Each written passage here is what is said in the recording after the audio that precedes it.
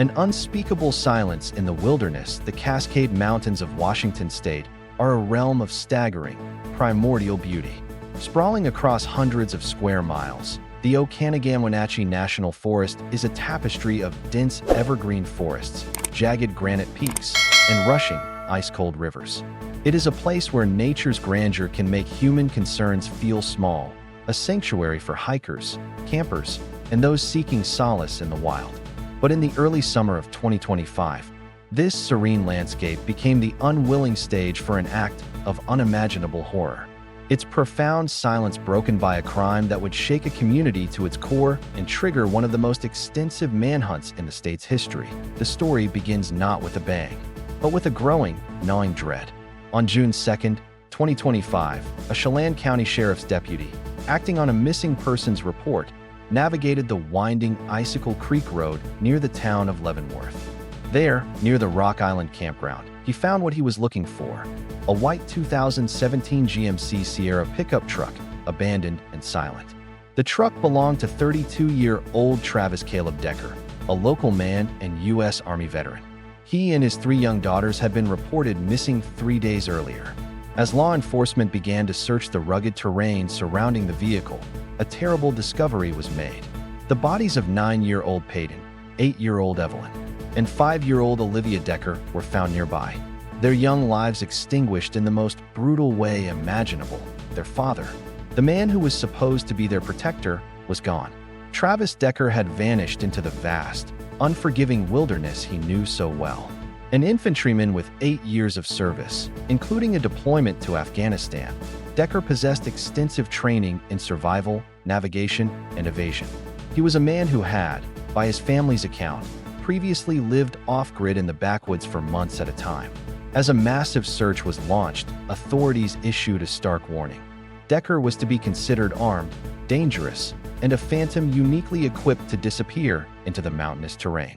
This act of ultimate betrayal ignited a desperate, months-long hunt, posing 2 central, agonizing questions.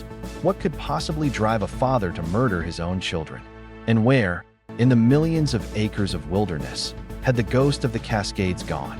Chronology of the Decker case. To understand the complex and tragic unfolding of this case, a clear timeline is essential. Presented below is the chronological framework of the key events, from the first documented signs of trouble to the final, grim conclusion of the search. September 2024 event: Whitney Decker files a petition to modify the parenting plan, citing Travis's worsening mental health, instability, and homelessness. Significance: this is the first official record of the mother's escalating concerns, establishing a pattern of decline long before the murders. May 27, 2025 event: Travis Decker is involved in a minor traffic collision. Police body cam footage captures his agitated and paranoid state. Significance: this footage provides the last visual evidence of Decker's deteriorating mental state just 3 days before the crime. May 30th, 2025, 5:00 p.m. event: Travis picks up Paityn, Evelyn, and Olivia from their mother's home in Wenatchee for a scheduled 3-hour visit. Significance: the beginning of the final, fatal encounter between father and daughters. May 30th, 2025, 9:45 p.m. event: after Travis fails to return the girls at 8 p.m. Whitney Decker reports them missing to the Wenatchee Police Department. Significance: the official start of the police investigation, triggered by the father's uncharacteristic failure to adhere to the custody plan. May 31st, 2025 event: an endangered missing person alert is issued. A request for a more urgent Amber Alert is denied. Significance: a critical and controversial decision that raised questions about whether the system failed to recognize the severity of the threat. June 2nd, 2025 event: Decker's abandoned truck and the bodies of his 3 daughters are discovered near Rock Island Campground. Significance: the moment the missing persons case becomes a homicide investigation and a massive manhunt is launched. June 4th, 2025 event: a warrant is issued for Travis Decker's arrest on 3 counts of first-degree murder and 3 counts of kidnapping. Significance: Decker is officially named the sole suspect and becomes one of the most wanted fugitives in the Pacific Northwest. July 5 to 9, 2025 event, a major search operation in Idaho's Sawtooth National Forest is called off after a promising tip turns out to be a case of mistaken identity. Significance: this high-profile dead end highlights the immense difficulty of the search and the unreliability of eyewitness sightings. August 6, 2025 event, the Washington State Crime Lab confirms that Decker's DNA is the only unidentified profile on the plastic bags and zip ties found at the scene. Significance: this forensic evidence provides scientific certainty, eliminating any doubt that Decker was the perpetrator and acted alone.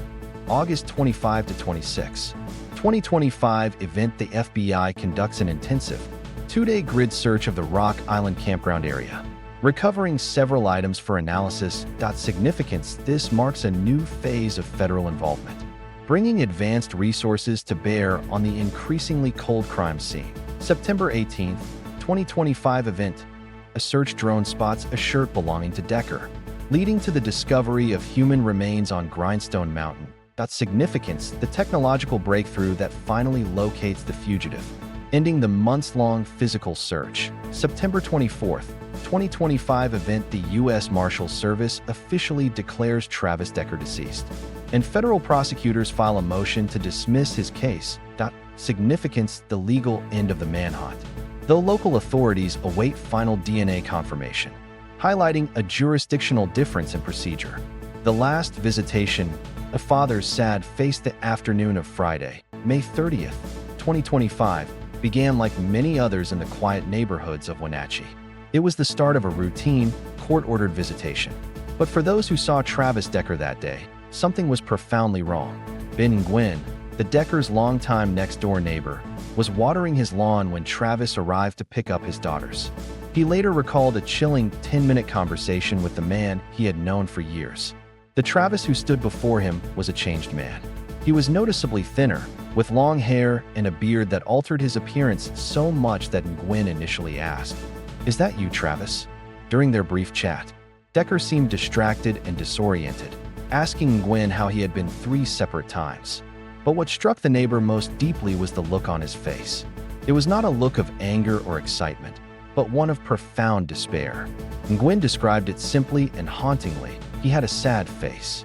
This observation, the last known account of Decker's demeanor from someone outside his immediate family, provides a crucial psychological snapshot.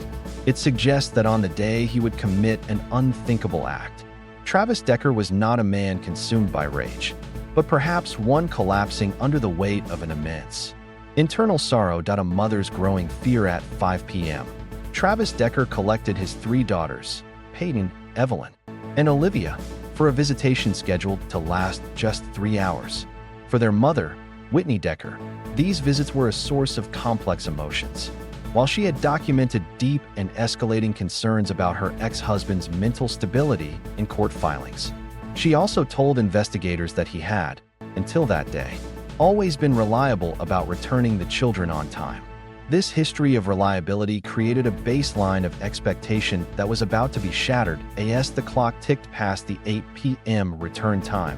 Concern began to curdle into fear. Whitney started calling Travis's phone, but every attempt went straight to voicemail. She would later tell investigators that this was highly uncharacteristic of him. He was typically reachable during visitations. The silence was deafening and ominous. Each unanswered call amplified her anxiety. Finally, at 9:45 p.m., nearly 2 hours after the girls were due home, Whitney Decker's fear became overwhelming. She picked up the phone and dialed the Wenatchee Police Department, officially reporting her 3 daughters and their father missing. The Amber Alert controversy. What happened next became a point of significant controversy and a source of lingering questions about whether a different outcome was possible. Upon receiving the report, the Wenatchee Police Department understood the potential gravity of the situation and contacted the Washington State Patrol, WSB, to request the issuance of an Amber Alert, the highest and most urgent notification for a missing child. However, the request was denied.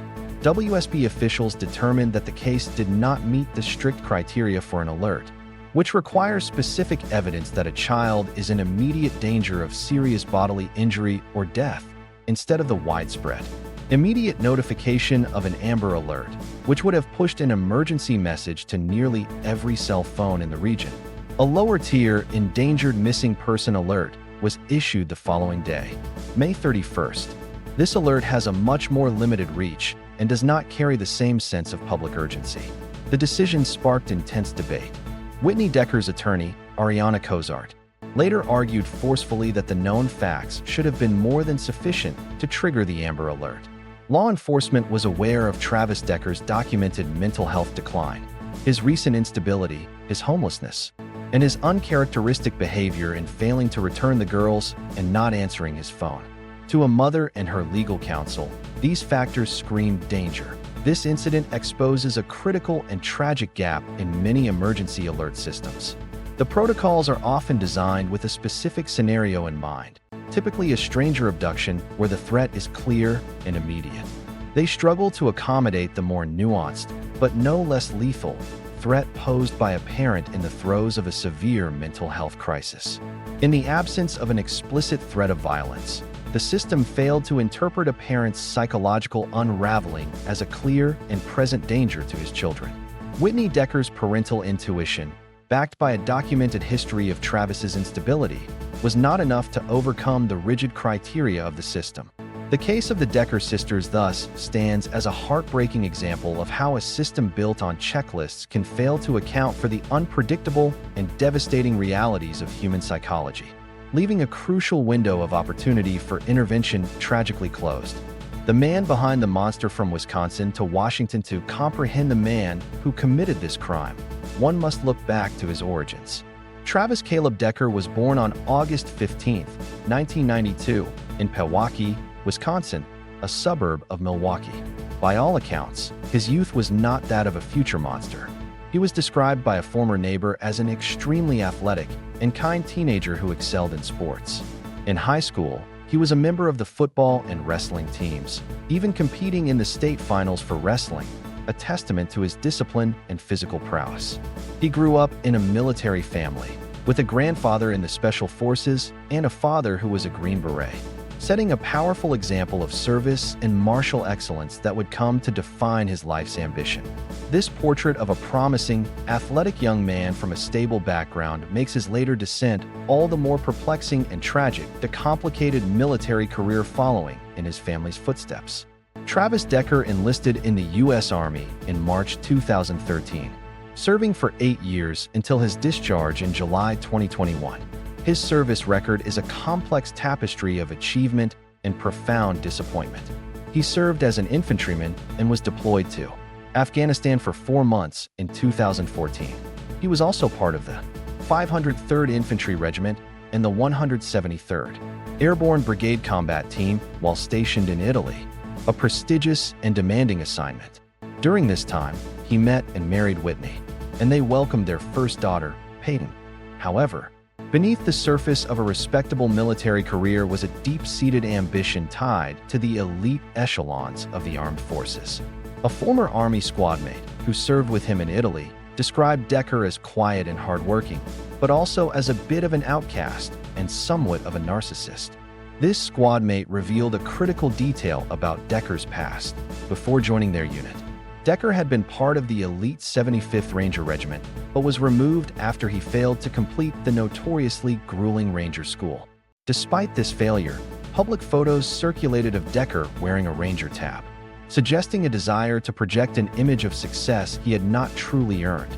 This failure was likely a devastating blow to a man who, according to his squadmate, worshipped his Green Beret father and spoke constantly of his desire to return to Special Forces, a goal he would never achieve. It felt to those who knew him that Decker had something to prove. The military, especially its most elite units, provides a powerful and all-encompassing sense of identity. To be set on that path and then fail, particularly when trying to live up to a father's legacy, could have been a catastrophic wound to his psyche and self-worth.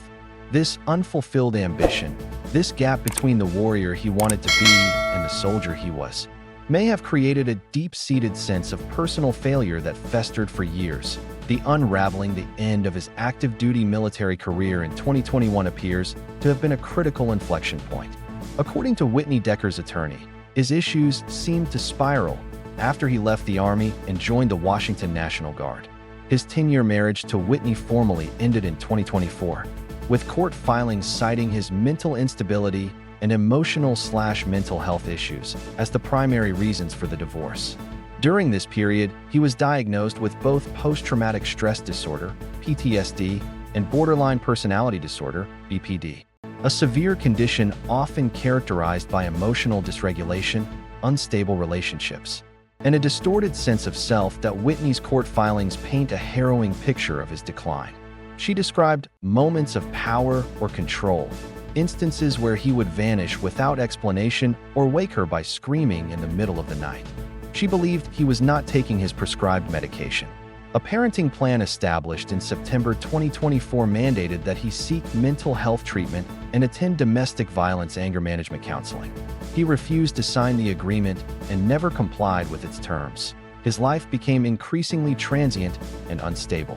Whitney's petition to modify their custody agreement noted that he was often homeless, living out of his truck, in hotels, or at various campgrounds. This instability led a judge to end his overnight visitations with his daughters. His deteriorating mental state was captured for the last time just 3 days before the murders. On May 27, 2025, he was involved in a minor traffic collision. Newly released police dashcam footage shows him interacting with an officer, appearing visibly agitated and repeatedly asking if he was going to be arrested, despite the minor nature of the incident. This footage is a chilling visual record of a man on the edge, his paranoia and distress palpable. The combination of his failed military ambitions, his severe and untreated mental illnesses, and the collapse of his family and personal stability created a volatile psychological cocktail. His identity as a soldier, a husband, and a provider had crumbled, leaving a man who had seemingly lost control over every aspect of his life. The crime scene at Rock Island, the discovery of the truck. The narrative of this tragedy pivots back to the afternoon of Monday, June 2nd, following up on information that suggested the Deckers might be in the Icicle Road area. A Chelan County deputy located Travis Decker's white GMC Sierra pickup truck near the Rock Island Campground, approximately 17 miles west of Leavenworth. The vehicle was unoccupied, an eerie silence hanging over the scene. As investigators began to process the truck, they discovered a crucial and damning piece of physical evidence: 2 bloody handprints on the vehicle's tailgate. Weeks later, on June 23rd, DNA testing would confirm that the blood belonged to Travis Decker, physically linking him to the scene where his daughter's lives ended, an unimaginable scene with the truck located. A wider search of the rugged, wooded area began. It did not take long for the searchers' worst fears to be realized. Between 75 and 100 yards from the abandoned vehicle, they found the bodies of Paityn, Evelyn, and Olivia Decker. The scene was one of methodical, calculated brutality. A subsequent autopsy would confirm that all 3 girls died from suffocation, and their manner of death was ruled homicide. The details documented in the police affidavit are chilling. The girls' wrists were either bound with zip ties or showed clear evidence of having been bound by them. Most horrifically, each child was found with plastic bags placed over her head. Investigators noted that 2 of the victims had 2 separate bags each, while the 3rd victim had 3. The ground in the immediate area was littered with additional plastic bags and several discarded cable ties, which were carefully collected by the Washington State Patrol Crime Response Team. The specific method of the murders, quiet, intimate, and requiring sustained, deliberate effort, points away from a spontaneous act of rage. Unlike a shooting or a stabbing, which can be a single, explosive action, this method required overpowering 3 separate children, applying restraints, and ensuring the suffocation was completed for each. It speaks to a terrifying level of resolve and a chillingly personal form of violence. The use of common, everyday items like plastic bags and zip ties, likely sourced from the truck he was living in, grounds the horrific act in the mundane, making it all the more disturbing. The forensic certainty in the weeks that followed. As the massive manhunt for Travis Decker raged across the Pacific Northwest, the evidence collected from the crime scene was meticulously analyzed at the Washington State Crime Lab. On August 6, 2025, the lab delivered its findings, and they were unequivocal.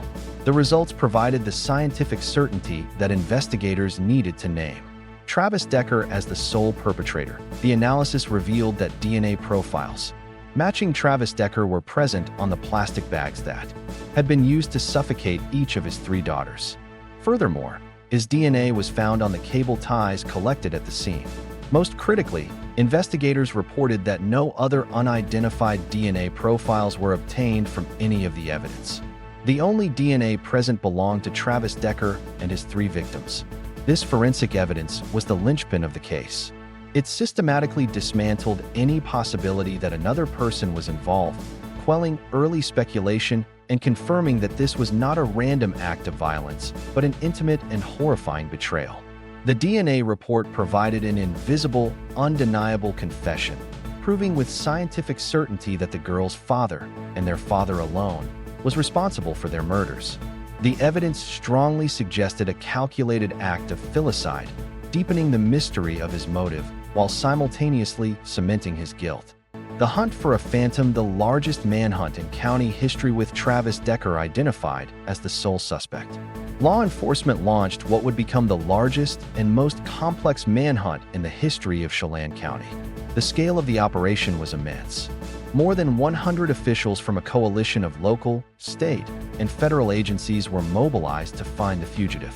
The effort was led by the Chelan County Sheriff's Office, but soon drew in the significant resources of the FBI, the U.S. Marshals Service, the Port of Seattle Police, the U.S. Forest Service, and even the Washington National Guard, which was deployed by the state governor. The search utilized every tool available.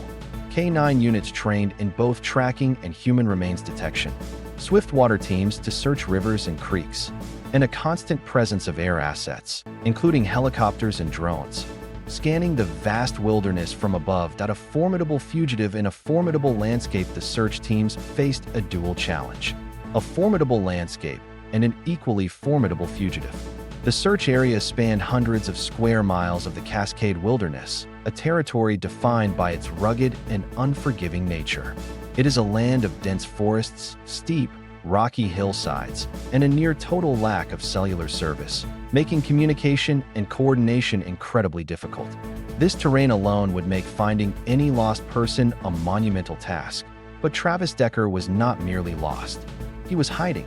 He was an 8-year Army veteran with formal military training in navigation, survival, and evasion tactics. His family confirmed to Sheriff Mike Morrison that Decker had a history of going off-grid for extended periods, sometimes for as long as 2.5 months, living self-sufficiently in the backwoods. He was a man uniquely prepared to disappear into the very environment that so challenged his pursuers. Compounding these difficulties was the critical fact that Decker had a 3-day head start. By the time his daughters' bodies were discovered and the alarm was truly raised, he had already had 72 hours to melt into the vast wilderness, leaving behind a cold trail, false leads, and dead ends for months. The intensive search yielded nothing but frustration and a series of high-profile dead ends. In early July, the entire operation shifted its focus hundreds of miles away to Idaho's Sawtooth National Forest. A credible tip from a family who believed they had seen Decker sparked a massive, multi-agency mobilization in the area. Hopes were high, but they were dashed just days later. On July 9th, the man in question was located and identified. He was not Travis Decker, but a look-alike hiker named Nick, who later spoke to the media about the surreal experience of being mistaken for a triple murderer. The search in Idaho was called off. Another significant moment of hope came in late August. The FBI led a meticulous, 2-day grid search of the original crime scene area near Rock Island Campground. During this operation, investigators announced the discovery of bones, raising expectations that Decker's remains had been found. However, forensic analysis at Central Washington University soon delivered another disappointment.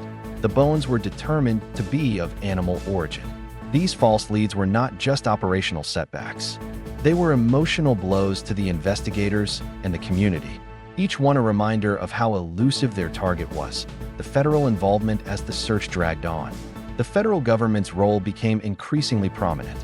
The U.S. Marshals Service, specialists in tracking and apprehending fugitives, took a leading role in coordinating tips and intelligence. They offered a reward of up to $20,000 for any information that led directly to Decker's capture, hoping to incentivize a break in the case. The FBI also committed significant resources, not just in manpower, but in expertise. Their evidence response team was crucial in processing the initial crime scene, and their decision to conduct the exhaustive grid search in August demonstrated a long-term commitment to the case, even as the trail grew cold. The manhunt for Travis Decker became a textbook example of interagency cooperation, but it also became a humbling demonstration of the limits of modern law enforcement. Despite the full force of their combined technological and human resources, Decker the man was never found. He had become a phantom, swallowed by the wilderness, proving that nature can still be the ultimate hiding place for a man determined and skilled enough to use it. A community in mourning a city's heartbreak while the massive manhunt played out in the remote wilderness, the city of Wenatchee was grappling with a profound and public grief. The murders of Paityn, Evelyn, and Olivia Decker were not a distant headline. They were an intimate wound inflicted on the community. In the days following the discovery of the girls' bodies, makeshift memorials of flowers, candles, and stuffed animals began to appear, transforming public spaces into sites of collective mourning. The tragedy resonated deeply within the Wenatchee School District, where the girls had been students. Superintendent Corey Callahar issued a statement that captured the community's devastation. "This is an absolutely heartbreaking day for the Wenatchee School District. Our hearts are shattered by the confirmed loss of Paityn, Evelyn, and Olivia Decker, remembering the girls amid the horror of the crime and the intensity of the manhunt. The community made a concerted effort to ensure the three sisters were remembered not as victims, but as the vibrant, beloved children they were. All three girls attended Lincoln Elementary School. Friends and classmates shared cherished memories. 8-year-old Lily Jones, who was on a dance team with Evelyn, tearfully recalled her friend. "She was really nice. She was a really good dancer. I think she was a really good friend," Lily said. "I really miss her, and I think it was just too early." These small, personal remembrances were vital, painting a portrait of the individual lives that had been lost. Paityn, the 9-year-old with brown hair and brown eyes. Evelyn, the 8-year-old dancer with blonde hair. And Olivia, the 5-year-old, also with blonde hair and brown eyes. These efforts were a powerful act of resistance against the darkness of the crime. A refusal to let the perpetrator's actions define the girl's legacy. A mother's voice, the emotional apex of this period of mourning, came on Friday, June 20th, 2025, when a public memorial service was held in Wenatchee. Hundreds of community members gathered to honor the girls, many dressed in their favorite colors as a tribute. The service was filled with songs, prayers, and a candlelight vigil. It was here that the girl's mother, Whitney Decker, spoke publicly for the first and only time. In an act of incredible strength and grace, standing before a community that shared her grief, she focused not on her pain, but on her love and gratitude. "I'm so thankful for the time that I had with the girls," she said, her voice heavy but clear, "and how the three feelings allowed us to connect when the world slowed down." Her words were a testament to the deep bond she shared with her daughters. She concluded with a message of hope, a plea for their memory to endure as a source of light. "I truly hope that the legacy of the girls' lives lives in everyone's heart." In the face of an unimaginable and violent loss, Whitney Decker's statement was a powerful act of recentering the narrative. It was a declaration that while the manhunt for a monster continued in the mountains, the true heart of the story remained in the valley, with the memory of three cherished children and the enduring love of their mother. Her words ensured that the lasting legacy of this tragedy would be one of love, not hate. The eye in the sky, a new phase in the search as summer turned to fall. The nature of the manhunt for Travis Decker underwent a significant transformation.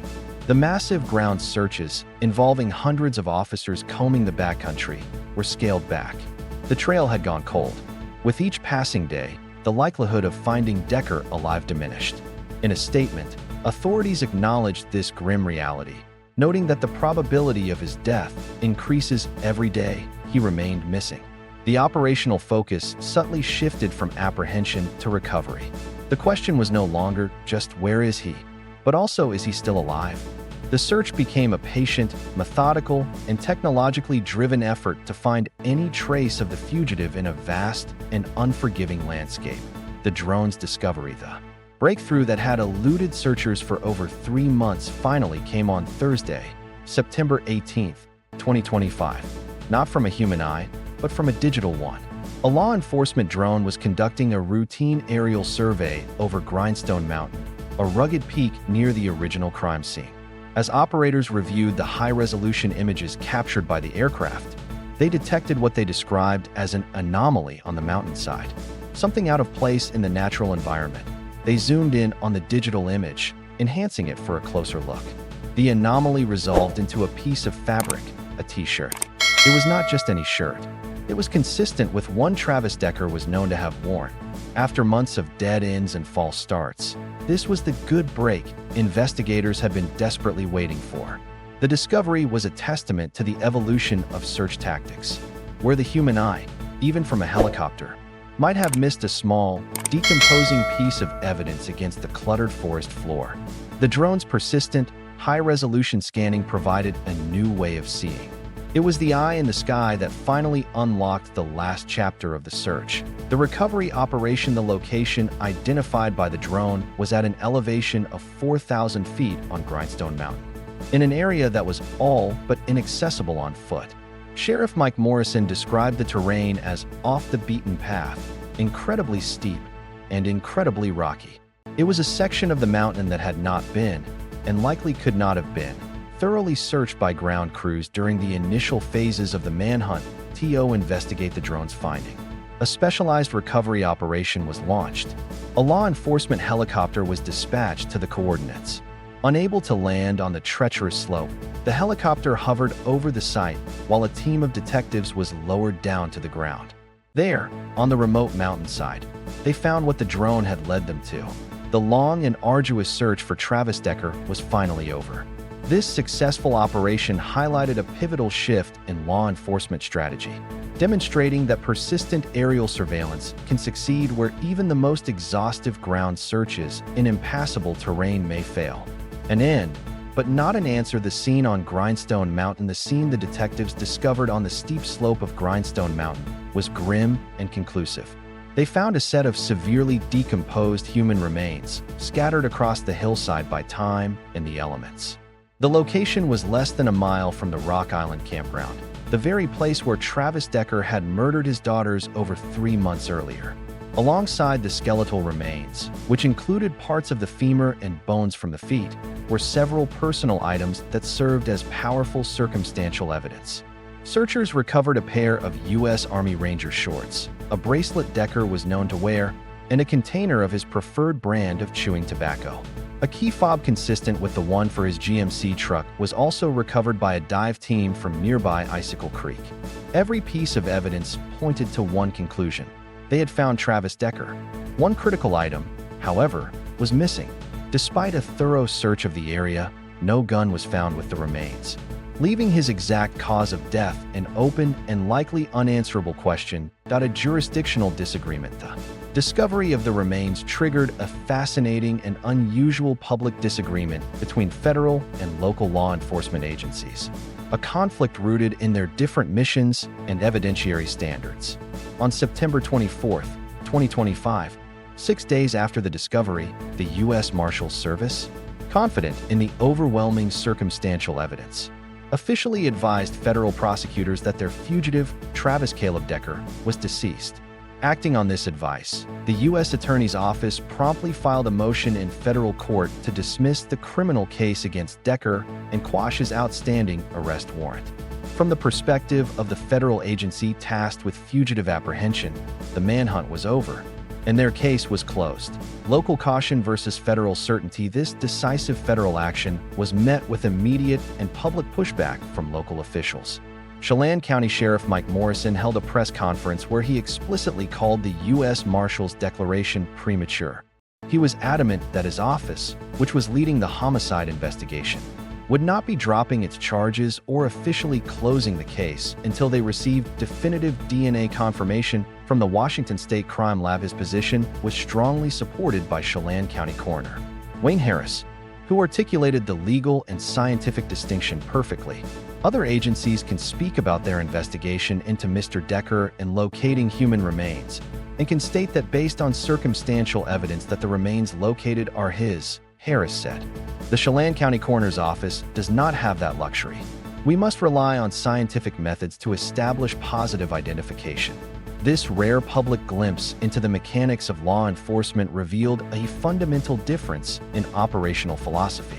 The U.S. Marshals' primary mission was to resolve a fugitive case, for which a high degree of probability was sufficient. The sheriff and coroner, however, were responsible for the final legal closure of a triple homicide investigation, a process that demands an irrefutable scientific standard of proof to prevent any future legal challenges or lingering doubts. Their caution was not a sign of disagreement on the likely outcome, but a necessary adherence to the rigorous process required to bring a capital case to its final, official end.